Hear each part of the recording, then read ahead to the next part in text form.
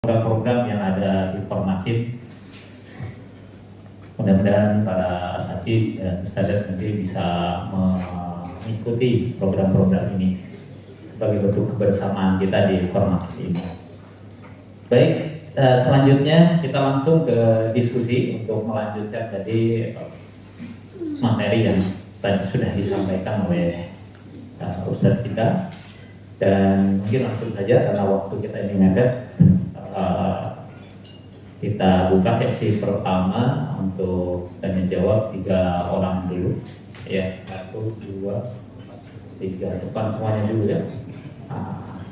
Baik, langsung aja. Baik ya. Bismillah. Assalamualaikum warahmatullahi wabarakatuh. Waalaikumsalam.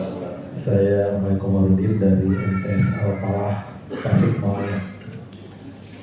Yang pertama, mohon diberi contoh tentang bagaimana pengajaran tadabbur Quran itu seperti apa. Apakah setiap hari, apakah setiap ayat atau bagaimana? Karena ini kadang-kadang kalau semuanya agak repot gitu. Kemudian yang kedua adalah pengamalan ibadah. Jadi supaya ruhiyahnya kuat, sebaiknya bagaimana? Karena kadang-kadang kita misalkan supaya program Senin dan Kamis gitu ya, kemudian juga program membaca Al-Quran, menyetorkan Al-Quran ketika sholat gitu ya. Jadi sejauh mana gitu ya, kadang-kadang jadi supaya tidak juga menjadi berat pengamalan ibadah ini. Kemudian yang selanjutnya adalah yang wirdul Quran. Maksud wirdul Quran itu wirid-wirid Al-Quran saja. Bagaimana dengan wirid-wirid yang lainnya, misalkan ya tentang tahlil, tilawah dan lain-lain gitu, seperti itu. Kemudian yang selanjutnya piramida Al-Quran itu, mohon maaf ya, tadi kurang jelas tahsin dengan taksin atau gimana tuh ya, ada 4 gitu. Itu saja, mohon maaf. Terima kasih. Assalamualaikum warahmatullahi wabarakatuh. Baik, sudah 4 pertanyaan tentang pengamalan ibadah, tentang contoh dalam Al-Quran, pengamalan ibadah, kemudian wirdul Quran dan piramida Al-Quran. Selanjutnya, silakan. Bismillah. Assalamualaikum warahmatullahi wabarakatuh. Saya perkenalkan, saya Khairi Hidayat dari PPTQ Nurul Ummah di Banyumas. Izin bertanya Ustaz, berkaitan dengan kitab At-Tibyan fi Adabil Hamalatil Quran, itu sangat recommended untuk para ahli Al-Quran dipelajari sebelumnya. Tetapi yang masih menjadi ganjalan di saya adalah ketika menyangkut materi tentang mu'alim. Kan sudah ada materi tentang mu'alim, bagaimana ketika itu kita sampaikan ke anak, sedangkan di sini kita masih ada problem antara satu jadi wawasan buat mereka, yang kedua jadi mereka bisa menilai gurunya, menilai para gurunya seperti itu. Bagaimana bisa mendudukkan dengan baik seperti itu. Cukup itu saja dari saya. Assalamualaikum warahmatullahi wabarakatuh. Baik, jazakumullah. Selanjutnya, satu di depan saat ini.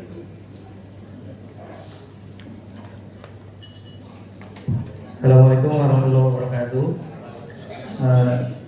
Saya Ahmad Ali Mustafi dari SD Risalah, Ustaz.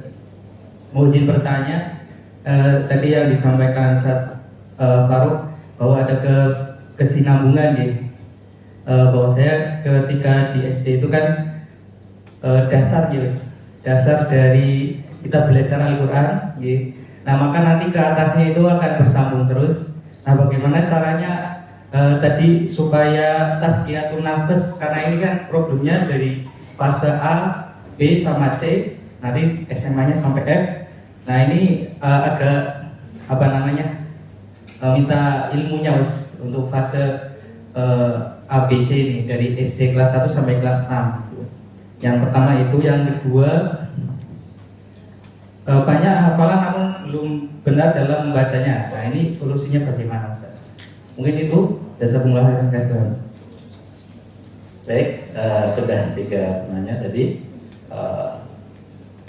Dari Al-Falah Tasik, ada 4 pertanyaan tadi dari PPTQ Nurul Ummah ya, tentang materi mu'alim dalam adab taklim wa ta'lim ini nanti bagaimana mendudukannya ketika disampaikan kepada santri. Kemudian dari Ar-Risalah tentang fase-fase tazkiyah, penyampaian materi tazkiyah terutama di tingkat SD, karena nanti ada tingkat SMP, SMA-nya. Dan selanjutnya kaitan dengan solusi bagaimana menyikapi adanya santri yang banyak hafalannya tapi tahsin bacaannya kurang. Langsung Ustaz, mungkin dari Ustaz Sani dulu.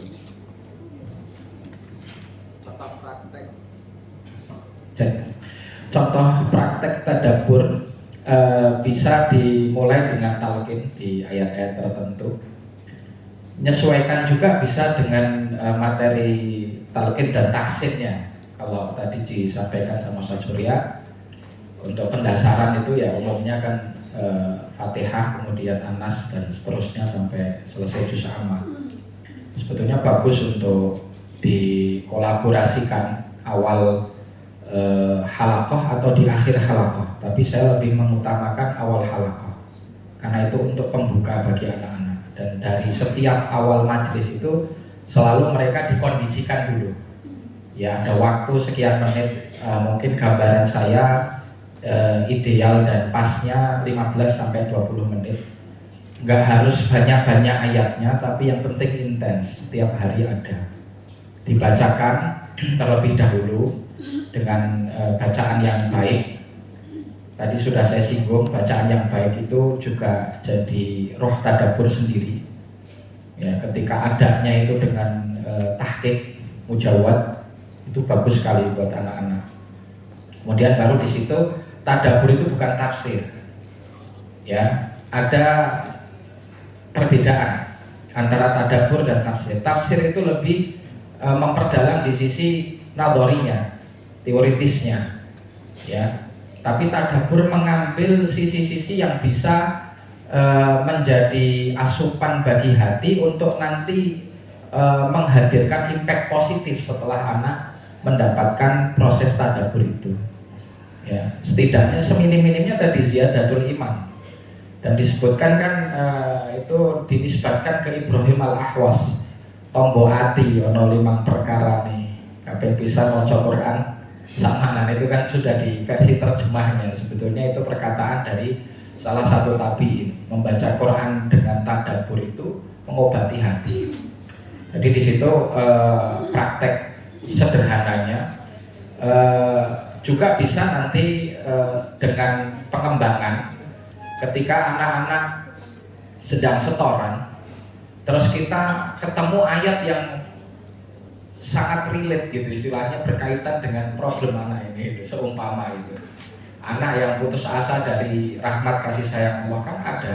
Kadang anak-anak dititipkan ke kita kondisi broken home, kondisi keluarganya bermasalah, mungkin murung, masalah mungkin belum dikirimi duit orang tua itu kan. Nah nanti ketika ketemu ayat-ayat yang relate dengan masalah itu, kita wukuf sebentar sambil kita kasih nasihat. Nah ini tentunya proses khusus, jadi konseling khusus. Dan gak masalah ketika satu anak ini dalam fase kita mengkonselingnya itu ngambil waktu porsi dari teman-teman yang lain, gak masalah karena memang hajatnya lebih urgen daripada yang lain.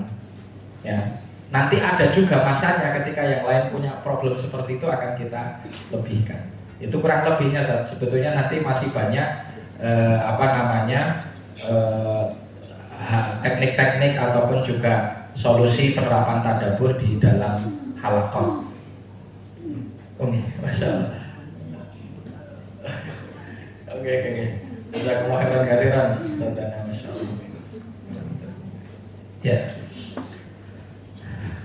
Kemudian yang kedua tadi ya, pengamalan ibadah prioritasnya itu kan kepada yang wajib. Terutama ketika anak itu sudah masuk balik gitu kan. Karena itu setidaknya adalah bara'atu dhimmah, dia melepaskan beban dari sisi Allah Subhanahu wa taala. Nawafil itu jangan sampai dipaksakan.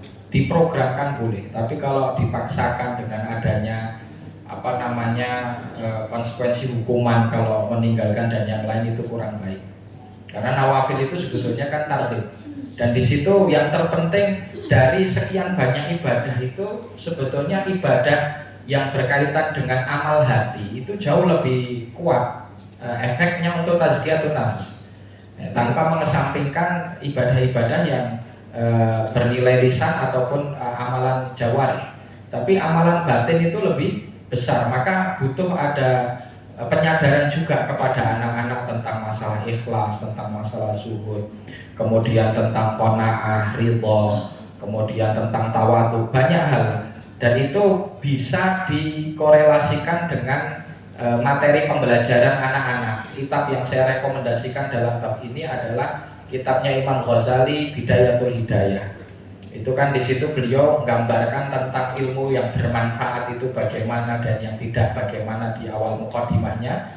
Kemudian untuk menunjukkan bahwa kita ini jujur dalam menuntut ilmu, setidaknya asar dari ilmu itu nampak di amalan-amalan harian. Bidayatul Hidayah itu beliau menyampaikan adalah zahirut takwa, amalan-amalan takwa yang zahir. Itu baru bidayatul hidayahnya. Nihayatul hidayahnya ya ketika seseorang amalan yang di sarair atau di qulub itu betul-betul wujud. Tapi itu bagus sekali ketika dibersamakan materi itu dengan pembiasaan ibadah, juga tentu qudwah dari guru, kemudian pengkondisian lingkungan pesantren atau tempat belajar, itu semuanya berpengaruh. Ya, tapi yang jelas penanaman ibadah ini harus sesuai porsinya. Tidak boleh dilebihkan dari porsi yang tadi saya katakan. Ketika amalan sunnah dipaksakan itu tidak bagus. Barakallahu fikum. Kemudian wirdul Quran ini tidak menafikan wirid yang lain. Wirid maktur, zikir pagi, zikir petang, dan dalam afdhalul dzikri ala wajhil itlaq tilawatul Quran. Afdhalul dzikri tilawatul Quran, ini pendapat jumhur. Ya, sebaik-baik zikir itu tilawatul Quran. Maka orang dengan zikir yang biasa dengan tilawatul Quran banyak dirajihkan tilawatul Quran lebih afdol, meskipun ada nanti di dalam nas yang lain afdhalul dzikri la ilaha illallah. Jadi ini nanti sebetulnya saling melengkapi, bukan untuk mendiskreditkan satu sama lain. Ketika anak-anak bisa mengamalkan semuanya lebih baik.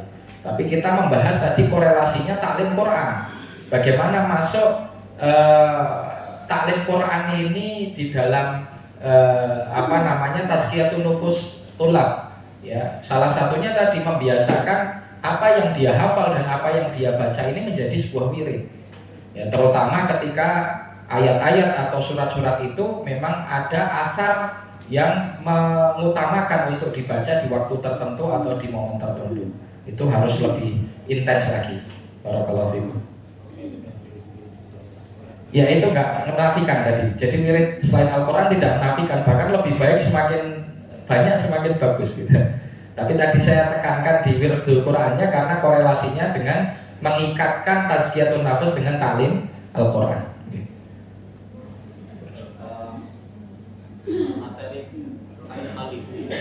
Oh ya, orang tanya alif ya. Sebetulnya tidak masalah Ustaz. Bagi gurunya cerminan bagi diri masing-masing. Menyampaikan itu sehingga ada semangat untuk mengevaluasi dirinya. Meskipun kita belum baik, ya, tapi diseimbangi juga sama Imam Nawawi tentang adab thalibul ilm, adab muta'allim Qur'annya juga disampaikan di situ. Sampai-sampai kan disebutkan satu riwayat dari salaf, ya, di mana seorang murid itu ada yang sampai bersedekah. Ya, bersedekah dengan satu sedekah, dengan wasilah sedekah ini dia berdoa kepada Allah, Allahumma astur aiba muallimi. Kan begitu. Untuk menutup aibnya si guru. Itu diimbangi sebetulnya sama Imam Nawawi. Jadi ketika kita bahas semuanya, itu justru menyiapkan anak ini, kamu nanti setelah belajar Quran kamu akan jadi guru. Dan ingat, kamu kalau jadi guru harus seperti ini. Jadi kita nggak usah gengsi nyampaikan apa adanya, karena hakikat takzim, ikram dari murid kita itu bukan amrun istinai, artinya bukan sesuatu yang dibuat-buat, tapi biarlah itu murni dari Allah Subhanahu wa Ta'ala. Insya Allah kalau diri kita ini ikhlas, ya Allah akan memberikan juga rezeki keikhlasan itu kepada anak-anak kita. Dan murid itu cerminan kita gitu. Jadi yang paling awal sebetulnya kita dulu yang bermuhasabah. Ya, nggak masalah ketika kita nyampaikan nilai-nilai itu kepada anak, ya jangan khawatir kita dikritik. Jangan khawatir kita dikritik. Kalau kita tidak mau dikritik, ya kita nggak usah ngajar. Karena kalau kita masih dalam kita selama kita masih jadi manusia, tentu tidak akan maksud. Dan disitulah kita membuka diri. Toh dari kalangan salaf dulu kita juga dapati bagaimana ada problematika guru dan murid. Imam Syafi'i itu pernah punya problem dengan muridnya Yunus bin Abdul A'la, ya kan? Sampai kemudian beliau didiamkan begitu. Tapi ya kesabaran seorang guru, dan itu tarbiyah bagi muridnya. Didatangi, gurunya mendatangi muridnya. Wahai Yunus, bukankah kita ini berbeda hanya di 1-2 masalah, tapi kita banyak sepakat di banyak masalah. Ketemu hanya dengan satu masalah saja kita berpisah. Itu kurang lebihnya. Jadi ala kulli hal nggak usah jadi dilematis lah. Ya kita itu baik-baik aja. Terus terakhir ya, tasbih tentang sebagian apa? Ya, sebetulnya di setiap fase umur itu ada pendasarannya ya, ada pendasaran adab, pendasaran tazkiyatun nafs apa yang sesuai dengan ilmunya atau sesuai dengan umurnya, mohon maaf. Untuk fase anak sebelum balik itu ada kitab Bugyatul Ikhwan fi Riyadhatis Sibyan karya Imam Muhammad Ar-Ramli. Itu nadham, ada 100 sekian bait di situ tentang arahan bagi orang tua mendidik anak. Kalau tadi Ustadz yang bertanya mendidik di level SD ya, umumnya itu kan prabalik saja. Itu banyak sekali nilai-nilai materi yang di situ. Yang menarik diantaranya disampaikan di situ pendidikan kepada kesederhanaan. Disampaikan sama Imam Romli di situ bahwa bagaimana anak kecil itu dibiasakan sederhana, sesekali makan tanpa lauk, ya, makan tidak harus sehari 3 kali, itu disebutkan di situ. Jangan dibiasakan tidur di tempat empuk terus. Ada begitu tarbiyah, dan itu juga akan menjadikan berakar kepada kondisi hati anak nanti, kepada tawadhu, kepada qanaah, zuhud dan seterusnya. Ya, itu arahan kami. Terus yang terpenting sebetulnya di fase pendidikan anak dasar itu paling penting adalah himayah gitu. Penjagaan dari virus-virus yang negatif. Karena makna tarbiyah itu ada 4 ya. Insya, kemudian tarbiyah, kemudian himayah, wariayah, dan yang keempat adalah takwin. Jadi ada 4 makna: pembentukan, pemberian gizi atau asupan, kemudian yang ketiga adalah penjagaan, ya, dan yang keempat adalah meluruskan yang bengkok atau perbaikan. Jadi 4 makna tarbiyah ini sebetulnya deskripsi teknis daripada tazkiyatun nafs. Karena tazkiyatun nafs tidak akan berjalan dengan baik kecuali dengan 4 hal tersebut. Nah, di fase anak ini penjagaan kepada fitrahnya itu yang sekarang kita berat. Betul betul. Kontaminasi game online, gadget dan yang lainnya. Demikian, wallahu taala alam, wassalamu alaikum warahmatullahi wabarakatuh. Baik, kita ke Ustaz Surya. Tadi ada pertanyaan kaitan dengan piramida Al-Quran, kemudian juga bagaimana menangani yang banyak hafalan tapi tahsin bacaannya tidak baik. Berkaitan dengan piramida, ini adalah struktur di dalam pembelajaran Quran. Jadi yang pertama adalah memang berkaitan dengan tahsin. Ya, tahsin ini memang awalan yang hendaknya dibentuk, karena kalau kita melihat, kalau tidak didasari tahsin dulu, itulah kembali lagi nanti siap tidak untuk guru itu capek mau atau tidak gitu, karena dengan sistem talqin terus gitu ya, talqin terus, sehingga memang fondasinya yang awal sebelum ke tahfidz itu adalah memang tahsin ya, tahsin, kemudian baru ditunjang dengan adanya tashih. Karena tahsin saja, kalau pengalaman kami ya, ketika seseorang sudah lulus tahsin, kemudian ada yang namanya tashih ya, tashih itu lebih detail dengan setoran ya. Kalau yang kita terapkan itu adalah ketika dia sudah selesai dengan 7 bab ya, 7 bab secara teori dan praktek, yaitu tentang makharijul huruf dan sifat, kemudian anwa'ul mad, kemudian ahkamul mim, as-sakinah, ahkamul nun, wa tanwin, ya kemudian idgham shaghir,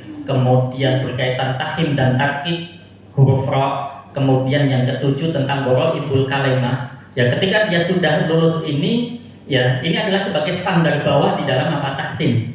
Ya, baru setelah dia lulus sembari proses di dalam menghafal itu ada yang namanya tasih. Ya, tasih sehingga misalkan menghafal dari, walaupun mungkin ada sebagian kalau di tempat kami menghafalnya dari juz 30, 29 sampai 5 juz belakang baru masuk ke 1. Tetapi sembari dengan perjalanan tahfidz ini, maka ada diminta untuk setoran tasihul qiraah. Ya, pembetulan di dalam sisi qiraahnya, tetapi dari surah Al-Fatihah dulu, kemudian lanjut ke surah An-Nas nanti sampai 1 juz. Ketika tasfih ini kemudian berjalan, ya dari Anas bagaimana sifatul hurufnya, kemudian termasuk kesalahan-kesalahan kofi yang ada di dalam juz 30, maka dari juz 30 ini ketika dia sudah bagus tasihnya, maka ini sudah terwakili. Huruf-huruf yang ada di nanti di surah-surah lain itu sudah terwakili, sehingga ada tahsin kemudian barulah tasih. Ya, baru setelah itu baru ke hifdz, itu idealnya. Ya, idealnya adalah ke tahfidz. Ya. Tetapi kembali lagi sok terkadang tadi, ya istilahnya harus dituntut dengan hafalan yang banyak dengan target, katakanlah ya istilahnya sekolah katakan minimal ada yang 5 juz, ada yang 10 juz, ya. Tetapi sok terkadang lebih fokus kepada tahfidz, tetapi dasarannya nggak ada, ya dasarannya nggak ada. Maka ketika kami mematerikan pelatihan-pelatihan di sekolah-sekolah formal itu, sebenarnya sekolah dasar itu, ya sekolah dasar katakanlah kami rekomendasikan untuk di tahap kelas 1, kelas 2, maksimal kelas 3 lah.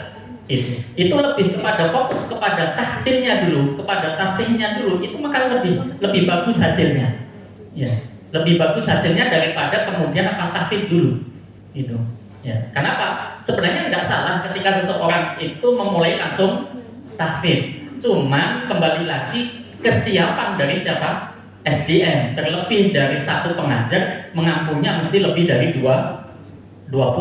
Ya, sekolah-sekolah formal itu kan kalau SD mesti ya 25, 22 ya gitu. Sehingga apa melelahkan. Belum lagi nanti ketika anak-anak capaian hafalannya sudah berbeda-beda. Ya, berbeda-beda. Ada yang sudah setengah juz, ada yang baru 1/4, sehingga untuk sistem talqin harus satu-satu dan melelahkan. Maka pondasinya piramidnya adalah ya tahsin, kemudian sambil tasih, kemudian hafalan. Ya, hafalan itu idealnya baru masuk nanti kalau dia tahfidz sudah riwayat hafaz an asirnya selesai, baru ke qiraat yang lain, mungkin bisa ke salasa atau qiraat sab'ah, kemudian ke asyarah sughra ataupun kubra. Ya, itu yang dimaksud dengan ini. Maksudnya dengan adanya piramida itu tahapannya. Ya, tahsin, tasih, kemudian baru tahfidz. Ya, lalu bagaimana dengan istilahnya yang berada di sekolahan-sekolahan yang hendaknya sembari tahfidz seandainya tidak sabar untuk masuk ke tahfidz, ya harus ada hafalan kelas 1. Kalau di kami di unit TK, ya, unit TK itu unit prakutab. Itu yang kami utamakan adalah bacaan, tetapi hafalan ini sebagai madah tambahannya saja. Ya, tambahan saja. Kenapa? Kalau nanti kita fokusnya pada hafalan dengan sistem talqin, ketika sudah lulus akan ketergantungan terhadap guru. Itu. Karena sistem talqin tanpa guru tidak bisa menghafal mandiri. Itu. Maka dengan di situ kita tuntaskan di level prakutab itu tingkat TK itu 2 tahun, targetnya adalah bisa baca Quran sesuai dengan kaidah tajwid. Terus kita dampingi dengan sistem hafalan, tetapi tentunya dengan sistem talqin 1 hari 1 ayat saja. Ya, 1 ayat saja. Sehingga kalau dari sisi di SD, maka kemarin kita sarankan ketika mengisi pelatihan di tingkat SD itu ya cobalah dibuat apa sistem halakoh dulu untuk apa tasihul qiraah, untuk tasihul qiraah dulu. Itu. Coba katakanlah di tingkat dasar itu fokuslah 1 tahun. Kalau toh 1 tahun tidak bisa, 2 tahun. Ya, kami di TK prakutab itu 2 tahun, ya itu dari 14, ya 14 siswa itu 12 anak yang sudah bisa baca Quran sesuai dengan kaidah tajwid, walaupun dia tidak paham apa tadi idgham, ikhfa dan lain sebagainya. Itu. Ya. Sehingga kalau di situ ketika sudah lulus, ya sudah hafalan mandiri lebih cepat gitu. Ya, lebih cepat pengalaman dengan sistem talqin, dengan ketergantungan dengan guru. Ya tentunya ketika ada guru saja bisa. Ketika sudah tidak ada ya berarti apa? Harus mandiri. Ya termasuk UES ya salah satu yang kemarin kita share di grup ini formatin itu juga sama. Ya syaratnya yang pertama adalah bisa baca Quran dulu. Ya maksimal umur 8 tahun. Ya sehingga kemudian umur 9 tahun ya katanya UES itu termasuk lemah, itu bermalas-malasan selesai 1,5 tahun. Ya dengan apa? Tentunya bisa menghafal maju mundur, halaman dibalik, nomor ayat dan lain sebagainya. Itu awalnya juga bisa membaca Quran syaratnya, gitu ya. Syaratnya bisa membaca Quran dulu, gitu. Sehingga ya program di tingkat dasar itu program yang diunggulkan nanti outputnya ketika bacaan sudah bagus sudah naik sendiri kok, gitu. Tanpa harus dengan muluk-muluk berapa SD 20 juz dan lain sebagainya, tapi boleh dengan itu tetapi sandarannya dasarnya harus kepegang gitu ya. Kenapa kalau tidak kepegang di dasarnya kemudian sudah hafal susah, setahun 2 tahun untuk diperbaiki nggak bisa ya. Apalagi dengan murojaah jamaah itu kalau yang satu betul yang lainnya salah, yang betul itu jadi ikut salah gitu ya. Terlebih dengan apa, nada mungkin lebih mementingkan ke arah apa, nada ya. Bisa nggak kita membaca Quran tanpa nada? Ya, karena dengan nada-nada tertentu kemudian menjadikan tajwidnya tidak pas gitu ya. Bisa nggak kita membaca Quran tapi tanpa nada? Bisa nggak? Nggak bisa gitu. Tetap semuanya baca Quran mesti ada nadanya gitu ya. Itu maka lebih kalau kami sarankan yaitu tadi tingkat dasar lebih dibuat halaqah-halaqah terutama untuk pendampingan apa, qiraatul atau tasihul qiraah atau tahsinul qiraah gitu. Itu wallahu a'lam bishawab. Terus kaitan dengan ini solusi yang banyak hafalannya tapi hasilnya. Ya, untuk solusi kemarin berkaitan di kami ya, karena kita fokusnya pada awal memang adalah kelas tahsin dulu. Ya, solusinya adalah kemarin ketika hafalan, ya, bahkan ketika hafalannya sudah hafal, itu sampai kita rubah sistem mulai hafalannya. Karena apa? Anak-anak yang masuk ke kami, ya anak-anak yang kami masuk itu 29, 28, 30 sudah hafal. Tetapi yaitu tadi panjang pendek penahanannya, standarisasinya memang tidak dapat. Kemudian kita talqin satu, diinikan nggak balik. Akhirnya sudah kita inikan ke tahsin dulu, kemudian setelah itu menghafalnya bukan dari juz 30, 29, 28, tetapi kembali ke juz 1 dulu. Ternyata pas setelah kita pindah ke juz 1, hasilnya malah justru bagus. Kenapa? Dengan fondasi bacaan yang bagus itu tadi, itu dengan memahami kaidah itu. Termasuk di dalam nanti di dalam kaidah tahsin itu ya, di dalam talqin. Talqin itu pun sebenarnya bukan hanya sekedar ketika si anak membaca kemudian kita betulkan, itu nanti halnya seperti hanya akan ketergantungan ketika dia membaca kemudian dia akan tahu manakala kita betulkan saja. Tapi memahamkan kaidah tajwid itulah yang terpenting gitu. Seperti hanya kita membuat jalan ya lurus gitu, kemudian tidak dijelaskan si anak ini untuk apa belajarnya, apa itu lewat jalan ini. Oh kaidahnya tidak boleh melewati garis ini, tidak kita terangkan, maka dia kegesek kemudian kita tegur hanya akan kembali lagi ke pinggir lagi, kita tegur baru ke tengah lagi. Tapi kalau kita pahamkan kaidahnya tajwidnya dulu ya, dengan ketika jalan lewatnya sini tidak boleh membatasi ini, tidak boleh melewati ini dan lain sebagainya, maka dia akan paham. Sebagaimana ketika kita men-scanningkan di dalam ilmu tajwid, bahwasanya nun sukun dibaca jelas. Ini kenapa ketika seseorang innalladzina amanu kenapa kok tidak ditahan? Padahal di situ apa? Nun tasydid. Berarti apa? Nun tasydid dan mim tasydid berarti kaidahnya apa? Ditahan gitu. Sehingga di situ lebih asalnya kalau kami ya lebih kepada tahsinul qiraah dulu. Ya kepada tasfihul qiraah, kemudian hafalannya sembari ditalqin sedikit-sedikit ya. Kemudian setelah dia selesai baca, kemudian bisa menghafal dari sisi yang sebelumnya saja. Itu karena kalau kita kemarin pengalaman kita betulkan 1 tahun nggak cukup bisa. Itu kita betulkan untuk yang sudah, karena sudah terlanjur apa? Masuk ke otak, itu sudah terlanjur dihafal. Itu wallahu a'lam. adakah metodenya Pak? Metode untuk tahsin tilawah itu yang metode khusus yang karena rata-rata pondok itu semester awal itu kan belum menghafal tahsin tilawah itu. Nah, metode apa yang kira-kira cocok untuk dalam satu semester ini? Diulang. Diulang. Diulang ya Pak. Jadi nambahkan pertanyaan beliau. Rata-rata di pondok pesantren itu di satu semester awal itu kan materinya tilawah tahsin tadi itu, fokus ke pembelajaran bacaan santri. Insya Allah mayoritas pondok seperti itu.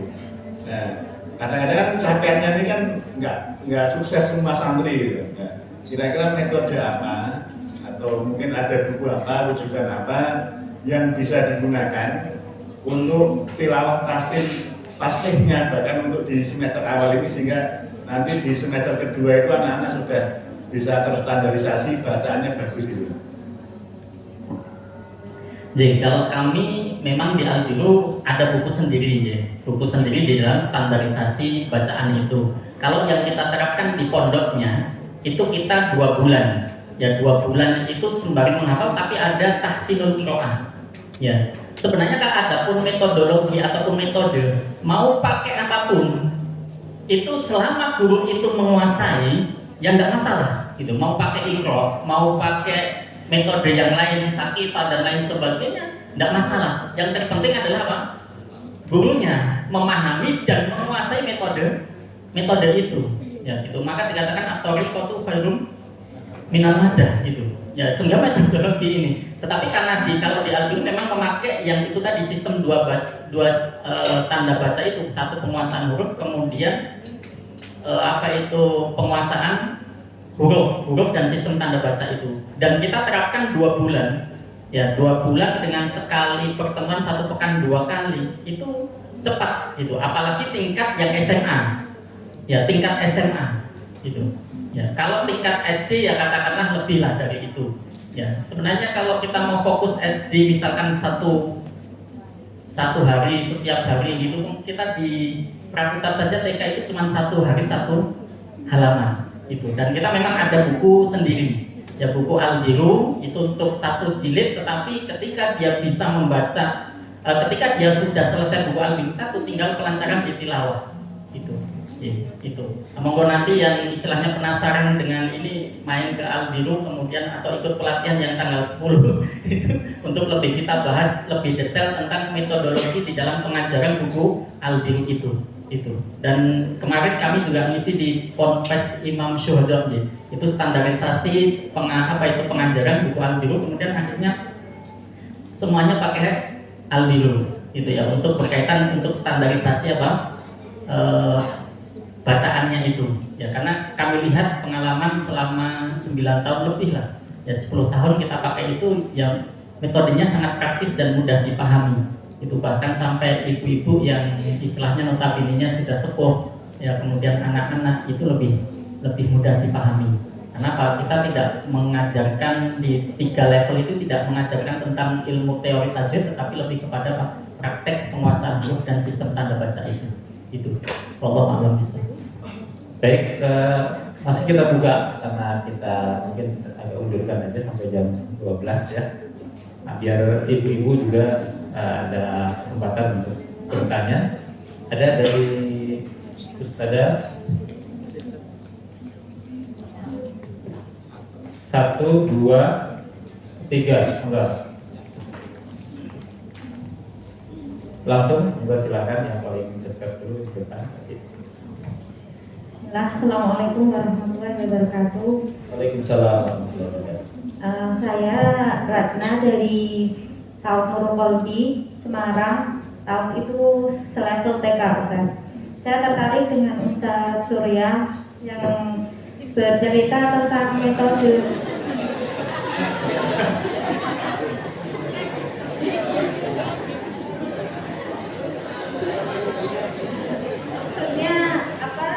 dengan ulasan Ustaz Surya tentang metode membaca Al-Biru yang diterapkan di Prakutab. Karena kami juga dari TK, jadi ingin bertanya, apakah di TK Al-Biru itu selain belajar tahsin juga diajarkan pelajaran-pelajaran lain seperti hanya pelajaran anak-anak TK, sehingga pembagian waktunya itu bagaimana Ustaz? Kemudian kami mau bertanya juga kepada Ustaz Hanif mengenai penerapan tazkiyatun nafs bagi anak-anak TK, karena mengenalkan istilah kita harus ikhlas, kita harus sabar itu ke anak-anak TK itu kan masih susah gitu Ustaz. Bagaimana caranya, itu yang mau kami tanyakan. Itu saja Ustaz. Baik, Fadil, berikutnya. Silakan di mic-nya, kalau di tidak bisa di bantu.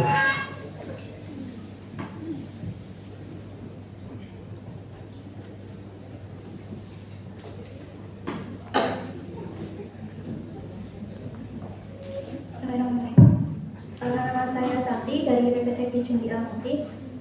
Yang ingin saya tanyakan, tadi kan ada dukungan semua pihak yang terkait. Nah di sini ada santri yang dari keluarga broken home, terus orang tua yang menuntut, sehingga ibaratnya mereka belum selesai dengan urusan di rumah, mereka membawa ke pondok, sehingga karena tuntutan itu ada yang santri itu karena dia pengen cepat selesai hafalannya, ada yang setorannya ternyata lihat sambil bawa alat kecil kayak gitu. Intinya kayak melakukan kebohongan, akhlak-akhlak yang kurang baik. Nah, gimana caranya kita menyikapi santri yang seperti itu? Satu lagi, dua, silakan. Ya, bismillah, assalamualaikum warahmatullahi wabarakatuh. Perkenalkan Ustaz, saya Ismi dari Darus Syahadah yang unit KMT khusus tahfidz umuran SMA ya Ustaz. Ini juga tadi kan Ustaz menyampaikan bahwa anak yang diamanahkan ke kita itu kan tidak semuanya seperti teko yang kosong ya, pasti mereka sudah membawa banyak hal dari masa lalunya gitu. Nah ini saya punya kasus salah satu santriwati saya yang dia itu mempunyai masa lalu yang kelam, kemudian masuk di kami itu ada namanya IKM Ustaz, jadi seperti tahasus. Kemudian setelah itu masuk ke unit kami, berniat agar nanti bisa lebih dekat kepada Allah dengan banyak menghafal Al-Quran, berikhlas dengan Al-Quran. Tapi selama hampir 2 tahun ini bisa dikatakan memang agak lemah gitu saat anaknya ini. Jadi bisa menghafal Al-Quran itu jikalau memang satu membaca, kemudian membaca artinya, kemudian diilustrasikan dengan gambar. Jadi digambar seperti itu, jadi kayak komik gitu. Nah sementara kan kita di lembaga itu kan pasti mempunyai target. Nah bagaimana mengkolaborasi antara cara anak yang seperti ini dengan target yang ada di lembaga kita seperti itu Ustaz. Itu kemudian yang kedua yang saya ditanyakan, setiap anak itu kan ketika misalnya liburan Ustaz, terkadang kan bisa berubah ya. Kadang misalnya di pondok itu sangat rajin Masya Allah, tapi nanti ketika di liburan itu terkadang semuanya bisa kenal lah dengan apapun itu. Nah ada tidak tugas, karena misalnya cuma tugasnya murajaah saja seperti itu. Ada tidak murajaah tugas yang sifatnya ke tazkiyatun nafs agar bisa lebih baik gitu. Jazakumullah khairan. Baik, jazakumullah khairan pada seluruh penanya dari Ustazah. Dan langsung aja Ustaz untuk jawabannya. Saya sudah tadi yang tertarik dengan pembelajaran di Al-Juru mana-mana. Bismillah. Untuk di penerapan di Praputab yang memang ada materi pokok dan materi tambahan yang kita sampaikan kepada anak, tetapi memang moto kita di Praputab Al-Biru adalah pendidikan berbasis karakter dan kepribadian, sehingga ada 2 hal yang kita kerjakan sebagai pokoknya. Satu adalah dia ketika lulus selesai bisa membaca Quran sesuai dengan kaidah tajwid. Kedua, bisa membaca Latin, terjemah dari Al-Quran itu. Kemudian sama pembentukan karakter, yaitu dengan kita juga menyusun sebuah metode, bukan metode tetapi sebuah pedoman. Yang pedoman kita ajarkan bagi santri prakutab. Ya, jadi kita ada 3 buku ya yang kita sampaikan. Satu berkaitan dengan Latin, ya, kemudian kedua adalah berkaitan dengan baca Quran, sama pedoman di dalam pembentukan karakter, yaitu kita ambilkan hadis-hadis atau asar-asar yang di situ ada tentang adab dan akhlak, kita sampaikan, kemudian kita aplikasikan di setiap hari di dalam interaksi, entah ketika apa itu datang ke sekolahan, kemudian bagaimana nanti interaksi dengan sesama, bagaimana interaksi dengan guru dan lain sebagainya. Dan kita hanya dari mulai jam 8 pagi sampai jam 1. Ya, dulu sempat kami sediakan permainan. Nah, apa itu permainan, apa Lego ya? Ya seperti ini ya, ya Lego atau apa, tetapi malah justru tidak kita pakai. Kenapa? Karena waktunya sudah habis untuk pembelajaran Quran itu. Ya satu dengan baca Quran itu baca itu hanya 1 hari 1 halaman. Ya, kemudian Latinnya, kemudian plus hafalan hanya sebagai tambahan. Ya, itu dari mulai jam 8 sampai jam 1 siang. Sehingga memang fokus kepada 3 saja. Ya, 1 yaitu tadi Latin, baca Latin, kemudian yang kedua baca Quran, sama pembentukan karakter. Adapun tahfidz malah sebagai tambahan. Tetapi kemarin kita tahfidz itu, ya kita terapkan itu dengan 1 hari 1 ayat. Itu 2 tahun sampai dari Anas sampai Al-Fajr saja.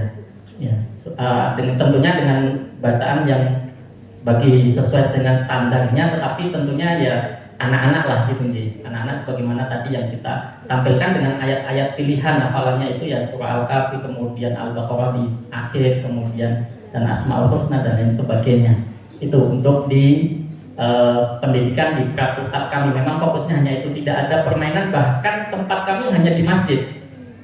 Ya, di masjid. Kemudian ternyata ada muhsinin yang malah mau membangunkan bangunan. Padahal kita mintanya malah lebih ke gazebo yang lebih ini gitu. Itu mungkin berkaitan dengan sistem yang ada di sekolah prakutab kami ataupun di setara TK itu. Sehingga hanya 3 itu yang kami. Adapun lainnya adalah lebih kepada tambahan saja, dan evaluasi belajar dengan wali murid malah bukan semesteran kita, tapi bulanan. Ya, setiap bulanan itu ada evaluasi ya dengan wali murid, sehingga setiap bulan itu mesti ketemu habis majelis, kemudian evaluasi dari capaian ini, dan ujiannya evaluasi setiap hari setiap bulan sekali juga, sehingga lebih repot. Kalau biasanya kan 6 bulan sekali ya, itu atau 3 bulan sekali. Itu wallahu a'lam bishawab. Ataupun nanti kurangnya nanti bisa sharing di grup ataupun bisa main ke Aldihul gitu. Langsung Ustaz Sani. Ya, tazkiyatun nafas di fase anak prakutab atau fase umur itu sebetulnya dalam Islam setelah masa sabi itu adalah fase menuju tamyiz. Ya, kemudian setelah tamyiz baru fase menuju balik. Di fase-fase ini memang anak nanti memiliki perkembangan secara nalar yang berbeda-beda.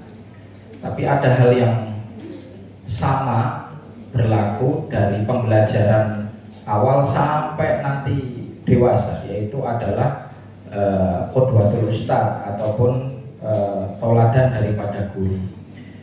Saya nukilkan bagaimana Imam Malik dulu disiapkan oleh ibundanya untuk belajar, masih kecil, diutus untuk belajar kepada Imam Rabi'ah Ar-Ra'i. Maka ibundanya mengatakan, ya Malik idhab ila Rabi'ah fakhud adabahu qabla ilmi. Wahai Malik, pergilah kamu menemui Rabi'ah untuk belajar kepadanya, dan ambillah adabnya dulu sebelum ilmunya. Imam Ahmad bin Hanbal setelah beliau menjadi seorang imam yang besar, ada 5.000 orang muridnya majelis dalam satu majelis ya mendengarkan ilmu beliau, ada 5.000 orang. Bayangkan di masa itu belum ada speaker, belum ada mikrofon, 5.000 orang. Dari 5.000 itu 500 orang saja yang betul-betul penuntut ilmu, nyata, memahami, murojaah dan sisanya mereka hadir untuk barokatul majlis dan mengambil adabnya Imam Ahmad.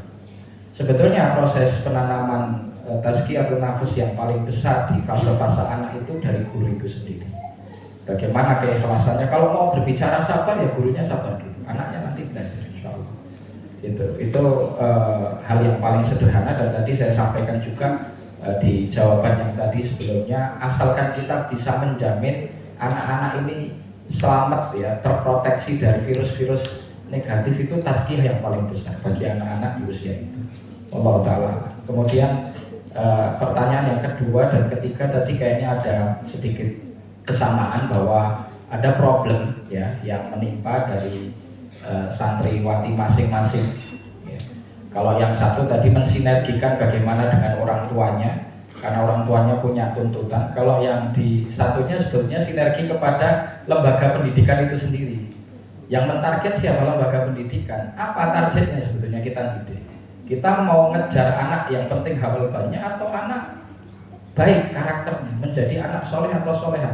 Itu ditanyakan kepada yang berwenang di lembaga itu. Tanyakan, sebagai guru kita tanyakan, Ustaz ini kalau saya punya dilematis seperti ini, mana yang lebih didahulukan? Ya Ustaz tadi kepada orang tuanya, Bu jenengan milih anak selesai Quran 30 juz atau anak jenengan soleh? Dua-duanya Ustaz saya, didik sendiri saya nggak mampu. Layu kalifullah nastani wa usani. Ya betul kan? Kita juga nggak usah maksakan diri kalau memang kita tidak mampu. Kita ambil apa yang kita mampu, kita komunikasikan dengan baik kepada pihak yang terkait. Kalau saya pribadi, saya pilih kesolehan anak itu. Ya, hal fenomena dan realita yang penting untuk kita pahami tidak, atau mayoritas sahabat itu tidak selesai 30 juz. Mayoritas sahabat, silakan dibaca sejarahnya. Ya, qurra'nya sahabat itu jumlahnya nggak banyak. Maka di perang Yamamah ketika 70 qurra' ya itu gugur, itu kehilangan yang besar sekali, sehingga memotivasi Abu Bakar As-Siddiq radhiyallahu ta'ala anhu Amirul Mukminin untuk Jamul Mushaf, ya kan? Sejarah ini kita sangat mengenal. 70 dari berapa sahabat? Ketika Rasulullah SAW haji wada, yang hadir di situ sebagaimana dicatat oleh banyak ulama, lebih dari 100.000 sahabat yang hadir di haji wada Rasulullah SAW dan beliau berkhutbah di situ. 100.000. Ya, setelah itu tentu semakin banyak. Ternyata 70 itu kehilangan yang sangat besar. Berarti qurra itu tidak banyak. Ya, memang perkembangannya kemudian kesini semakin banyak penghafal Quran, tapi ahlul Quran nanti bisa dibuka bagaimana Imam Ibnul Qayyim mendeskripsikan ahlul Quran, agar kita sudut pandang kita enggak hanya yang penting hafal. Ya, jadi masalah itu tadi saya sampaikan.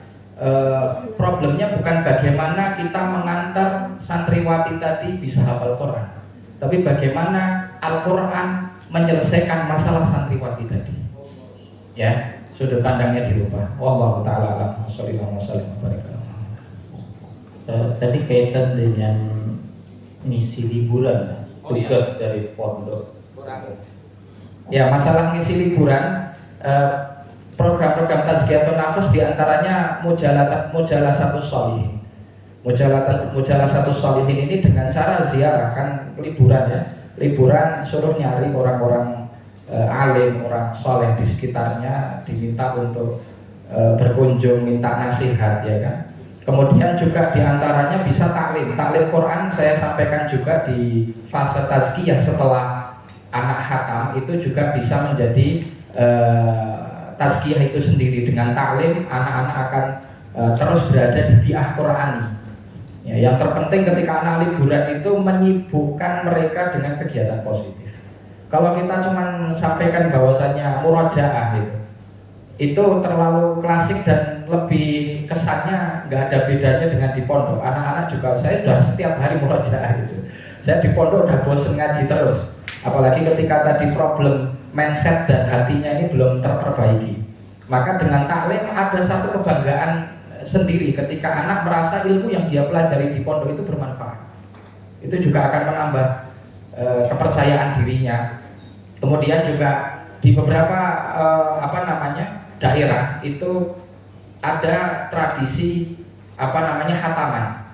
Yaitu anak-anak kita kalau mungkin di daerahnya, terutama di daerah Pantura biasanya banyak tradisi khataman. Khataman itu ya di beberapa kampung mengundang para hufadzul Quran untuk ngaji 30 juz bergantian khataman, dibuatkan makanannya dan seterusnya gitu. Kadang ada bisyarahnya juga itu lumayan gitu. Ya, itu mungkin anak-anak kita diminta untuk ikut di agenda-agenda seperti itu juga bermanfaat. Ya, intinya cermin dari kegiatan anak selama liburan itu bisa diukur dari seberapa dalam kita memasukkan nilai-nilai adab kepada anak-anak, nilai-nilai iman kepada anak-anak. Kalau anak-anak liburan kacau total berarti memang selama fase di pondok apa yang dia lakukan belum sampai ke hati. Wallahu a'lam. Baik, jazakumullah khairan katsiran. Ini sudah jam 12, sementara kita punya waktu sampai jam 1 itu untuk sholat, makan, istirahat. Ya, kemudian jam 1 sudah mulai lagi, mungkin untuk sesi tanya jawab kita cukupkan. Di sesi 1 ini kita cukupkan. Untuk yang masih ada pertanyaan-pertanyaan nanti bisa langsung mungkin ke beliau secara pribadi atau lewat formatif juga bisa, melalui WA atau apa, atau langsung datang ke lembaganya masing-masing nanti sambil kunjungan ke Salman Al-Farisi ataupun ke Al-Juruf akan lebih maksimal ya. Adapun karena kita terbatas waktu, kita cukupkan untuk sesi pertama ini. Mohon maaf kepada seluruh asatidz dan ustadzah kalau waktu ini punya sangat sempit, tidak bisa menampung semua apa yang ada pada asatidz dan ustadzah dari pertanyaan. Kemudian untuk yang saya mengenal satu kata kunci ya, tadi penting untuk diperhatikan dari apa yang disampaikan beliau-beliau ini, yaitu apa yang tadi kata Ustaz Sani itu dilupakan, yaitu talqin ya, talqin. Karena dengan talqin itu di situ ada kedekatan, ada uswah, ada tuntutan dari kita untuk terus meningkatkan kualitas kita ya. Maka mari kembalikan lagi model talqin ini, baik talqin tilawahnya juga talqin adabnya, tentunya akhlaknya. Mungkin ada pesan-pesan terakhir dari dua pemateri ini, Ustaz Sani dan Ustaz Surya. Apa Ustaz, mungkin pesan-pesannya terakhir?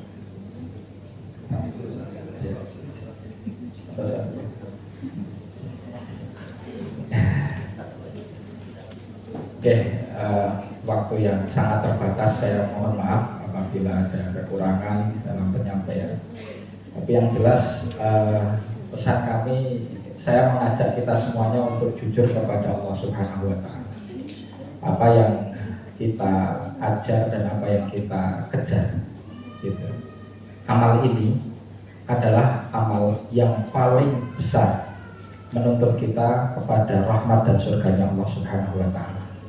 Maka sangat disayangkan sekali apabila amal ini justru kita tunjukkan kepada yang lain untuk hal-hal yang sifatnya duniawi. Maka jujur kepada Allah Subhanahu wa Ta'ala akan mengantarkan kita menjadi mu'allim dan murabbi Quran yang sebenar-benarnya. Walakin kunu rabbaniyina bima kuntum tu'allimunal kitaba wa bima kuntum tadrusun. Barakallahu fikum. Baik, jazakumullah khairan katsiran. Barakallahu fikum. Alhamdulillah. mudah-mudahan kita semuanya dari sesi ini bisa banyak mengambil faidah dan manfaat. Saya selaku moderator mohon maaf apabila dalam membawa di sesi ini banyak hal yang kurang berkenan.